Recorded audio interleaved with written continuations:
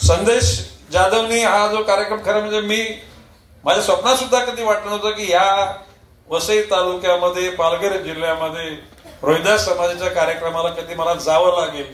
परंतु नारायण मानकर आणि संदेश एक दिवशी मंत्रात आल्याने शेवटी माझे जुने सहकारी आहेत त्यांचा मी म्हणजे अवहेर करू शकत नाही. म्हणून मी संदेशला बोललो की डायरी फक्त सेट करून ते नारायण मानकरला पण सांगितलं आणि भविष्य काळामध्ये या जिल्ह्याचा विकास करत ह्या महाराष्ट्रामध्ये विकासाच्याकडे जातील. त्यामध्ये गडचिरोली जिल्हा हा भारताचा स्टीलचा हब बनणार. धातू संपूर्ण जगामध्ये गडचिरोलीमध्ये जे खनिजे आहेत आणि त्या अनुषंगानं गडचिरोली जिल्हा आणि पालघर जिल्हा, आता पालघर जिल्ह्यामध्ये ज्या ज्या काही गोष्टी घडत आहेत त्या ठिकाणी सगळ्यांचा त्याला काय पाठिंबा आहे असं मी म्हणणार नाही. परंतु काही लोकांचा तात्विक सात्विक, काहींचा तांत्रिक, काहींचा मांत्रिक असा विरोध आहे. वाढवणला पण विरोध आहे. पण मी सांगतो की वाढवणच्या माध्यमातून लाखो लोकांना रोजगार मिळेल. आणि मी स्पष्ट पहिल्या दिवशी आलो त्याला सांगितलेलं आहे. सौरा तुम्ही त्या भेटीला होतात.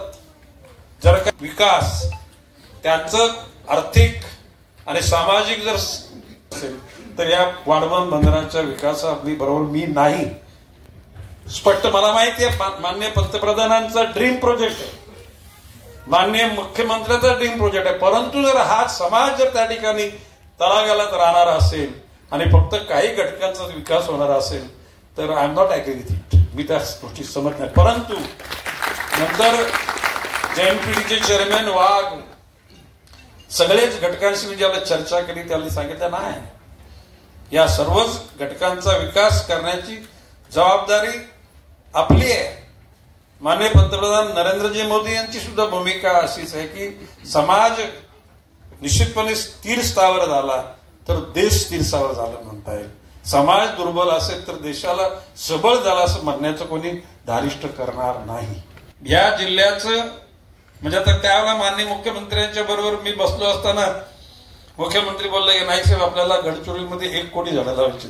तर मी सांगितलं की मुख्यमंत्री हे हायर असल्याकारणे त्यांचा अधिकार पहिला लागतो, त्यानंतर माझा अधिकार आहे. मी त्यांना पालघर जिल्ह्यामध्ये 1 कोटी झाड गडचिरोलीत लागतील तर पालघरमध्ये पण लागतील.